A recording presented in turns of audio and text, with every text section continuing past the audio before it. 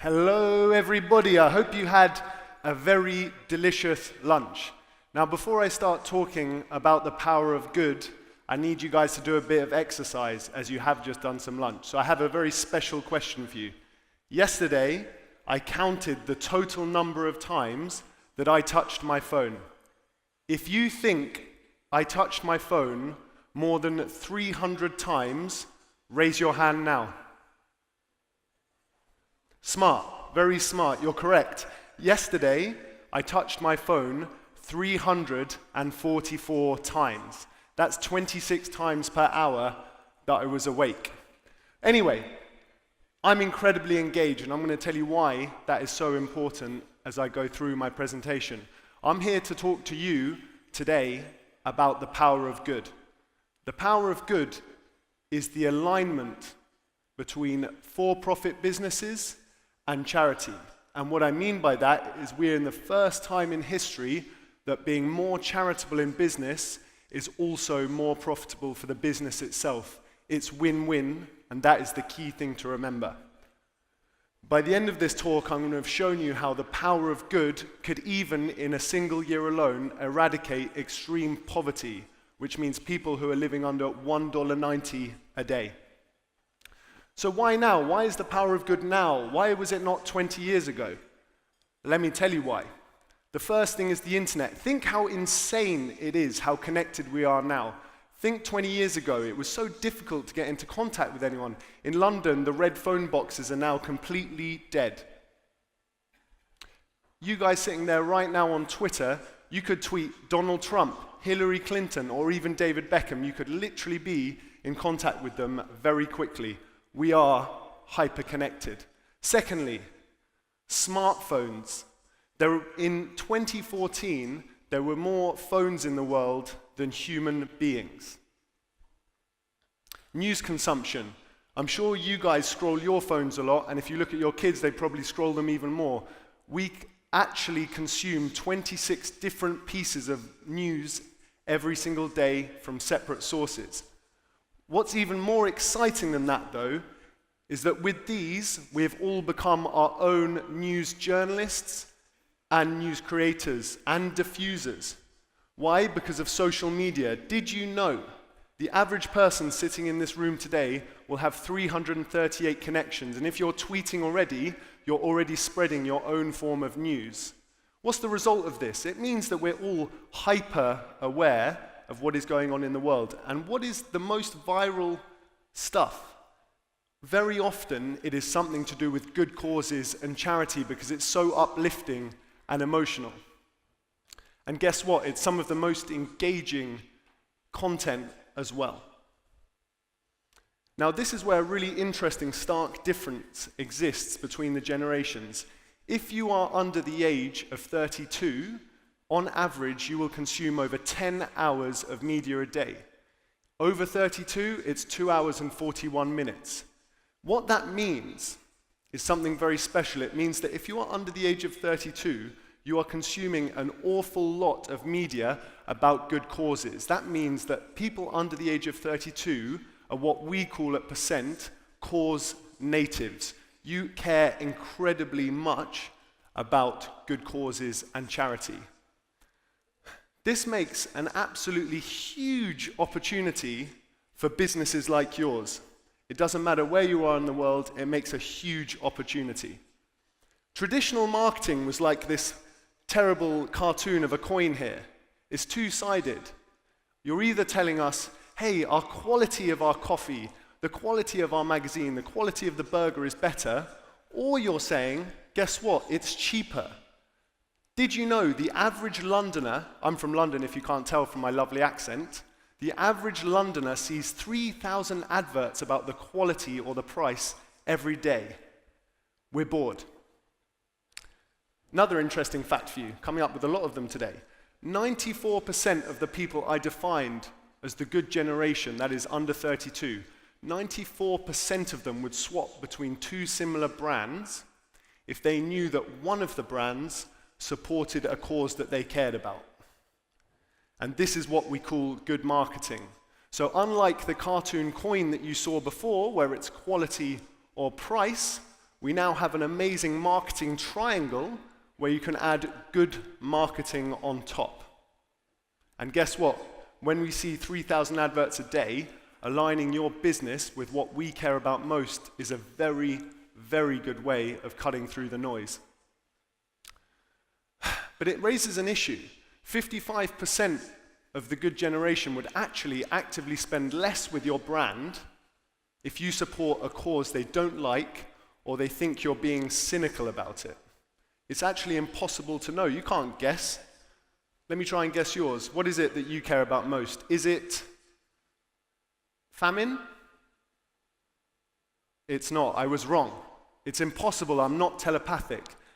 And that's why we started Percent.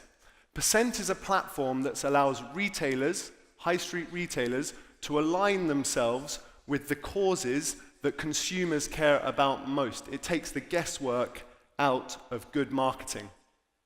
So let's think about a society in the UK, for example.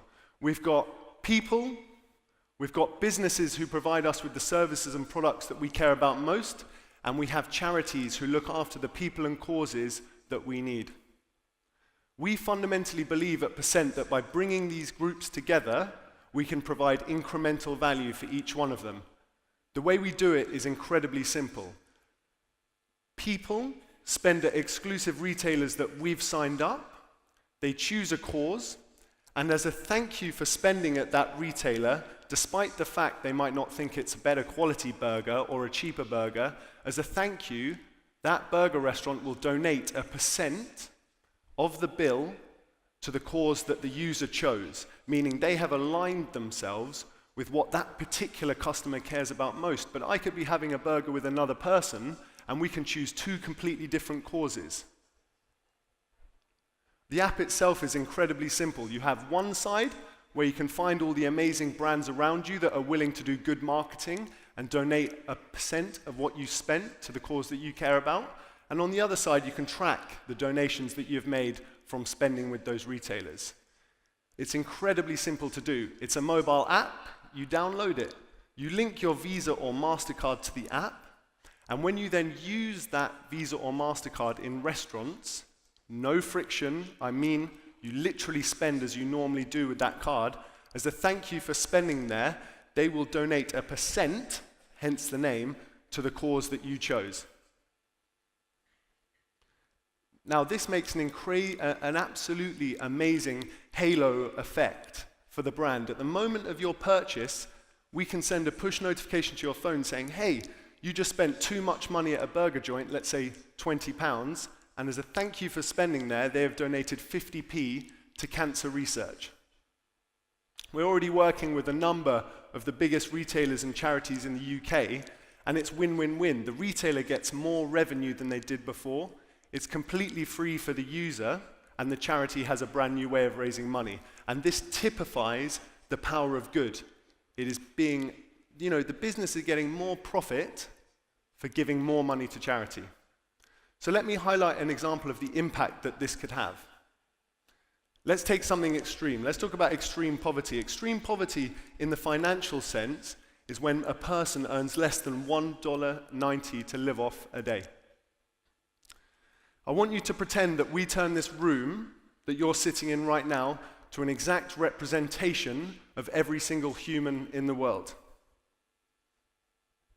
Everyone on this side of the room, can you put your hand up, please? Okay, guys on this side, look at them.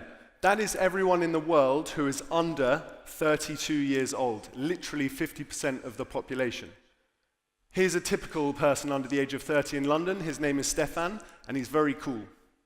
Okay, people just in the white chairs, can you put your hand up, please? And maybe a few rows back. Thank you very much, doing me a favor. 1 in 6 people in the world, that's 1.4 billion people, still live in extreme poverty in 2017. I think we can all agree that's not good enough. Here's Zainab, a person who is currently living in extreme poverty, having to escape the terrible civil war in Syria. Finally, let's have a look. Who should I pick on? Just you guys down here on these white chairs, can you just put your hand up? So 10 people of the 1,000 in this room would be business owners. Just like this guy, Bill, who has just opened one of the many coffee shops in Shoreditch.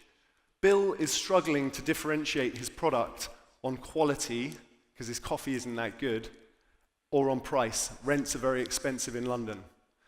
He decides, I'm going to use good marketing. Remember, that means by aligning his profit motive with the charities that his customers care about. And he convinces 50% of all the businesses in the world, these guys, half of them, to do good marketing with them. Because 94% of the good generation would therefore swap brands, they see a 9% uplift in sales, which is what we're seeing with our partners at Percent. As a thank you for that, they donate 1.5% of that revenue to abolishing extreme poverty, like Zainab is suffering right now. And you know how much that would raise in 1 year? $175 billion, which according to the book by Zach's about end of poverty would be enough to remove it in 1 year. Now, extreme poverty, just as a caveat, is obviously much more complex than just the financial side, but I think this highlights how powerful the power of good can be. So today you've learned about the good generation. The good generation are people under 32 who consume at least 26 pieces of media a day. Even more interestingly than that, because of these, they're their own journalists, their own media outlets. On average, they have 338 connections on social media, which just catalyzes this effect. And because of this, because they consume 10 hours of media a day, they are cause natives. That produces a huge opportunity for business to align their profit motive with the charitable motive of the good generation. That is a huge opportunity. By being more charitable, businesses like yours can also become more profitable. It's win-win, and that is the power of good. The era of the power of good is now. That's why I'm here today, to let you know this is coming. And that's why the thing I'd like to leave you with today is how can you personally and how can your business leverage the power of good, not only to make your business more profitable, but ultimately to make the world a better place. Thank you very much.